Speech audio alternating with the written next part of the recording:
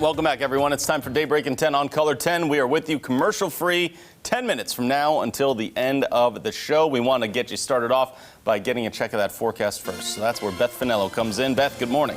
Good morning, Joe. Good morning, everyone. We've got those shower chances on satellite and radar. We've got showers for a lot of us this morning, so you are going to need your umbrellas and your rain jackets. Wet roads in Branson, 46 degrees, north winds at 8 miles per hour. It's 43 in Springfield and 45 in Mountain Grove. Winds out of the north at 5 to 25 miles per hour. I do expect that to continue as we head through the day today. I expect wet roads for the morning commute, lunchtime, and through dismissal for a lot of us, possibly through the PM commute as those showers move out. So kids, grab your umbrellas and rain jackets at the bus stop. We'll have those temperatures in the 40s. Stay bundled up through the day today. We'll have 40s by dismissal as that rain exits. And with those showers, we have a flood watch for counties along and south of Highway 60. That goes until 7 o'clock this evening. Futurecast will show you those showers will exit as we head through the afternoon. Temperatures try to rebound back into the 40s after dropping into the 30s, but they will get stuck in the 40s this afternoon. Tonight, I expect a freeze with temperatures dropping into the upper 20s and lower 30s. Mostly starry skies. Tomorrow, a lot of sunshine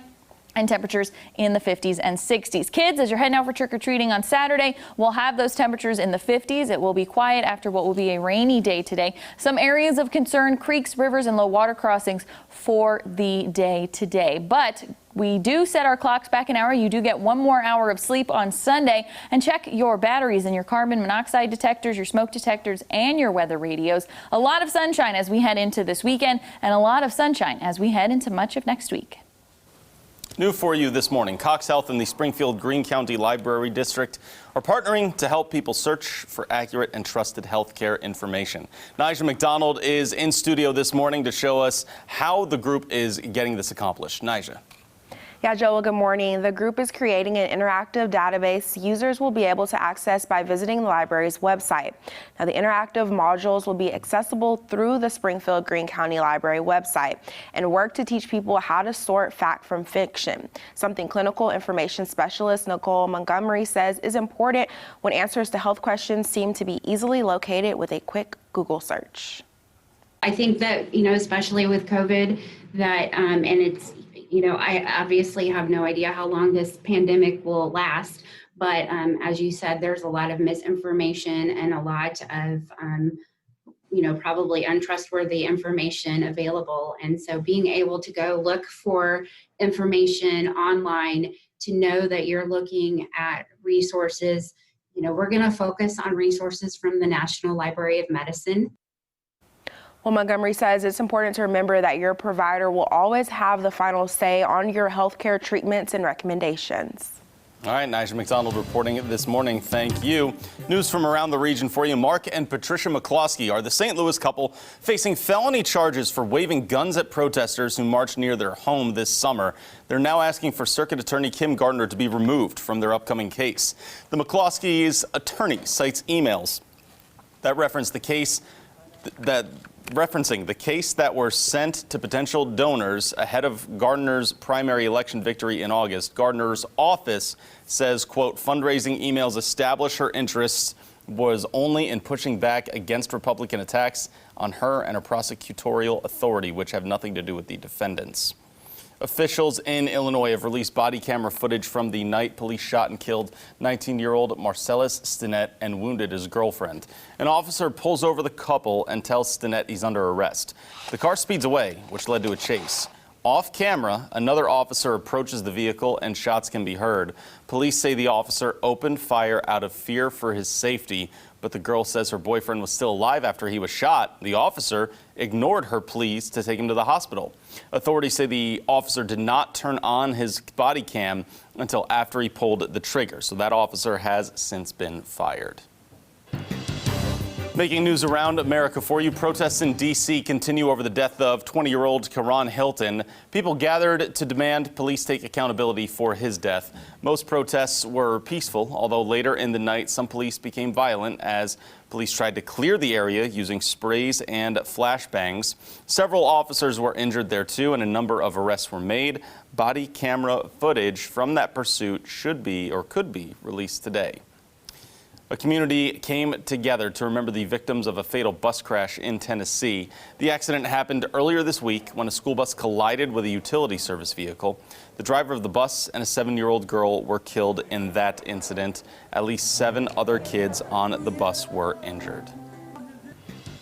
To some news from around the world for you this morning. An attacker with a knife killed 3 people, including a woman who was decapitated at a church in the French city of Nice today. The attacker has been detained. The incident is being described as an act of terrorism.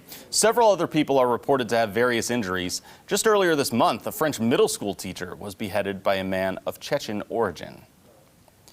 Moving back to some more local news for you now. The 2 main party candidates for Missouri governor will be around the Ozarks today, making their final pushes ahead of next week's election. Current Governor Mike Parson is making stops in Branson, Ozark, and Mount Vernon. It's part of his Mike Works bus tour. He is set to be at the Shepherd of the Hills in Branson at 10, followed by a stop at the Christian County GOP headquarters at 1, and the Wilmeth Ranch in Lawrence County coming up at 4:15. Democratic opponent Nicole Galloway has two stops scheduled for the Ozarks. She plans on meeting with the Webster County Democrats in Marshfield at 3 o'clock, followed by a meet and greet with Teamsters Union Local number 245 in Springfield. That's coming up tonight at 6. Drury University is set to break ground today on its first new academic building in 20 years. The facility will house the Breach School of Business Administration. It's part of the $27 million project for Drury being funded through private donations. This event kicks off at 3:30. It'll also be live streamed through Drury's website. 2 local organizations are teaming up for a family-friendly Halloween event tonight and tomorrow. It's being called Moonlight Masquerade and will be held at the Japanese Stroll Garden from 5 to 8 on both those nights. Kids are encouraged to come in costumes. Tickets can be purchased in advance through friendsofthegarden.org or at the gate. Local food options will also be available while there for people to enjoy as well. Crisis cold weather shelters will open today to provide warm spaces for the homeless population. The shelters were originally planned to open on November 1st, but they moved the opening date because of the expected drop below freezing tonight. Let's take a look now at what's coming up for you on CBS This Morning.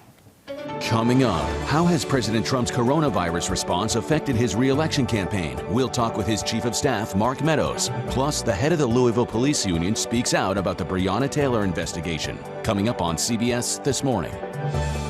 And we want to take this time now to talk about Zeta, which is what everyone's been talking about at the moment right now. And our sister station, WGNO in New Orleans, has a compilation of some of these pictures, Beth, as we come up and take a look at some of the damage that's been happening here. Incredible pictures, and not in a good way. I mean, I have a friend that works down there. His name is Scott. And he went outside during the hurricane. Look at that.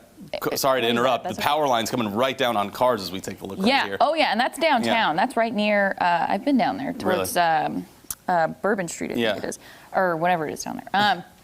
My friend Scott, he went outside during the eye of the storm, which is the calmest part. That went right over New Orleans, and I posted a picture, and it was eerie. It was like pink cotton candy skies. Like, it looked so peaceful. Just knowing what was happening, that's what made it look so eerie. That's the trouble of the eye of the storm when you're stuck in that too, right? So yes, there's no way in or out. You know, you're surrounded by the eye wall, which is the most intense part of the hurricane. That's Jackson Square right there, right in the heart of the French Quarter in New Orleans. My brother actually lives down there too, and he wrote it out in his house. He said they lost power at about 7 o'clock, and as of this morning, still no power. But you see some of the damage that we're taking a look at. This is one of these events that you're not going to get power back or expect it back for a long time, right? No, and this is the 5th landfalling named storm in Louisiana for this season, which is a record for Louisiana. So something, of course, that they did not need, the state did not need, and they, again, are not expecting power to be restored for at least the next couple of days. I know along the coast of Mississippi, there's a lot of power outages and a lot of damage there as that went through. There were tornadoes down in Mississippi, and they're not expected to have power for the next couple of days either. When does hurricane season go till? Not soon enough for it to end. It goes through the end of this month, I believe. I think November 1st. But that doesn't necessarily mean you're in the clear, right? No, you still have these things to watch out for. Right. In 2005, the last named storm happened in December. Wow, really? Yeah. Okay. I've definitely heard of this seeping into November, almost butting up against Thanksgiving time. But yeah, you want to hope that this is the end of it, right? Fingers crossed. Right now, there's nothing forecasted, but of course, as we know, living in the Ozarks, things tend to change very quickly. Of course, very much so. We're going to get clouds for another day, but it's going to clear out, right? That'll be it, just today. If you've made it through this week, you can make it through one more day. We've got those shower chances. Tomorrow, a lot of sunshine after some morning fog and temperatures in the 30s. We'll be in the 60s in the afternoon, middle 60s on Saturday, a little bit cooler Sunday. But I mean, look at all that sunshine, and it'll be great to start drying out from all of the rain that we have seen. Great days ahead, starting with the weekends. That's not too bad, right? All right, everyone, thanks so much for watching here on Daybreak. We'll see you back with more news coming up at midday.